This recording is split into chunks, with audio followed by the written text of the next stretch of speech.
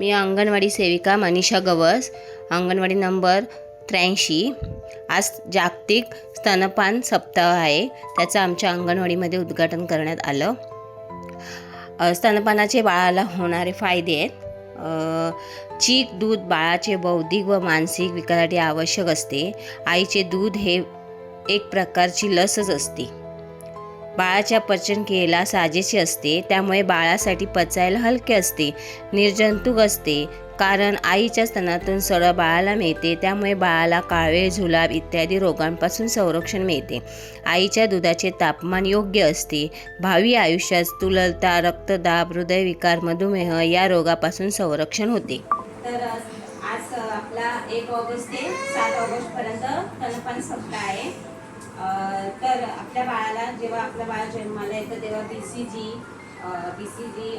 गोवर सगळे लसीकरण पूर्ण घेतले पाहिजे।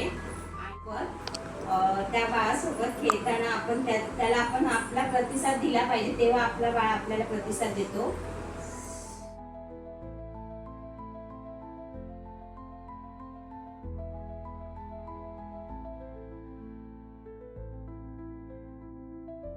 काही लोकांचा, पूर्वीच्या लोकांचा एक गैरसमज होता की बाळ दूध पितं म्हणजे फक्त त्याला जेवण जाते, त्याला पाणी जात नाही, पाण्याची आवश्यकता आहे। पण पाणी, दूध आणि पाणी हे दोन्हीही त्या दुधामध्ये, जेवण आणि पाणी हे त्या दुधामधून दोन्हीही मिळतं। म्हणून बाळाला 6 महिने कंप्लीट होईपर्यंत वरचं पाणी सुद्धा काही द्यायचं नाही, किंवा आहार तर नाहीच द्यायचा, पण पाणी सुद्धा द्यायचं नाही। फक्त आईचं दूध, गाईचं वगैरे कोणाचं दूध द्यायचं नाही। जर आईला दूध नसेल तर डॉक्टरांना विचारून तुम्ही, डॉक्टर सांगतील त्याप्रमाणे पुढचं देऊ शकता। म्हणून आम्ही ICDS ऑगस्टमध्ये आपण हा सप्ताह म्हणून साजरा करतो, स्तनपान सप्ताह। आजचे विशेष काय आहे तर आईने बाळाला जास्तीत जास्त 6 महिन्यापर्यंत स्तनपान करणे, त्याच्या व्यतिरिक्त इतर काही देऊ नये। का इतर काही बाळाच्या आहारात गेलं तर त्याने बाळाची रोगप्रतिकार शक्ती कमी होऊन तो आजारी पडतो, जुलाबासारखे हे होतात, किंवा बाळाला उलट्या असे अनेक आजार होऊ शकतात। त्यामुळे स्तनपान हे बेस्ट आहे, म्हणजे आईचे दूध हे बाळाला योग्य आहे।